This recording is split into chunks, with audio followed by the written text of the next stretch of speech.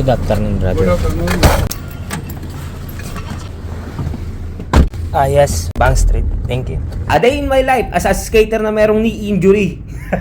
Oo, mayroon akong injury sa tuhod. Pero gusto ko kasi mag-skate eh. Drop off Geronimo on the right.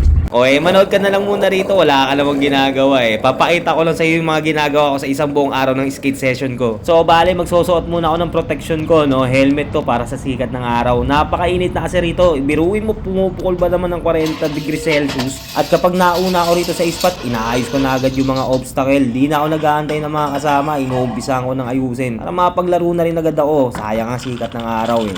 Mas masarap mag-skate pag may sikat pa ng araw. Kaka-hot balls. Tsaka isang beses lang ako nakapag-skate sa isang linggo, kaya dapat sulitin, no? Ito eh, pagmamayabang ko lang. Ang tumbler kong merong napaka-angas na mga sticker.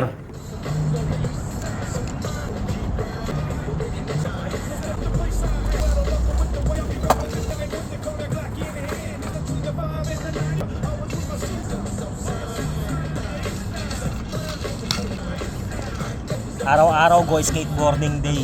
Walang pinipiling araw. Basta araw-araw go skateboarding day.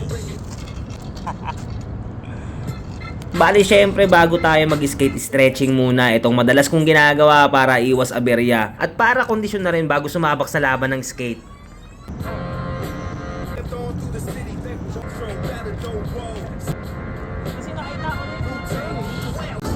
Naglaro ka na lang, masa kahit konting padyak lang eh.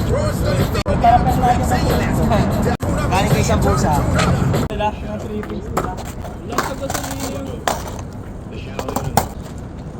Mamaya pa daw sila, Tito Carl eh. Nahirap din yung sumasagad. Nag-skate ba sila kahapon? Hindi, di ba? Naglaro kahapon? So, bali, tapos na ako mag-stretching nito. Nasuot ko na rin tong supporter ko. May mga kasama na rin ako mga masters dito. Bali, mag-i-start na ako mag-skate. Skate! Try ko. Unang kamada pa lang, mali na agad. Ay, kasakit agad ng tuhod. Katakot. So, paano mga master? Enjoy na lang sa panonood.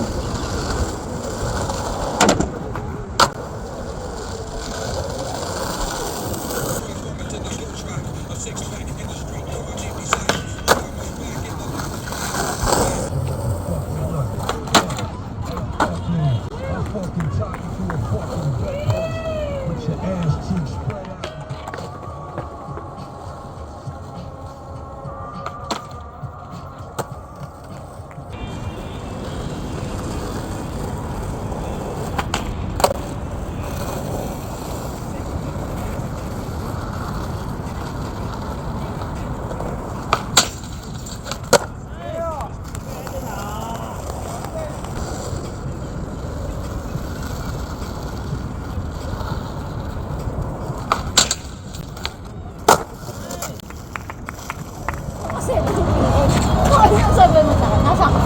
Nasa trabaho, punta kami sa talaga, pakwan sa kabulan. Wala ka siya. Nalive ba yan? Nalive? Nalasot talaga kami lahat eh. Live yata? Live ba? Video lang. Ayan na! October 31, parang Oktoberfest. Pinakabatang yun, ang layo. Puta, parang every linggo ang gas. At syempre pagtapos mag-skate, tamang kwentuhan kasama ang mga masters. Samahan na rin ng konting chill. So paano mga master? Salamat sa panonood!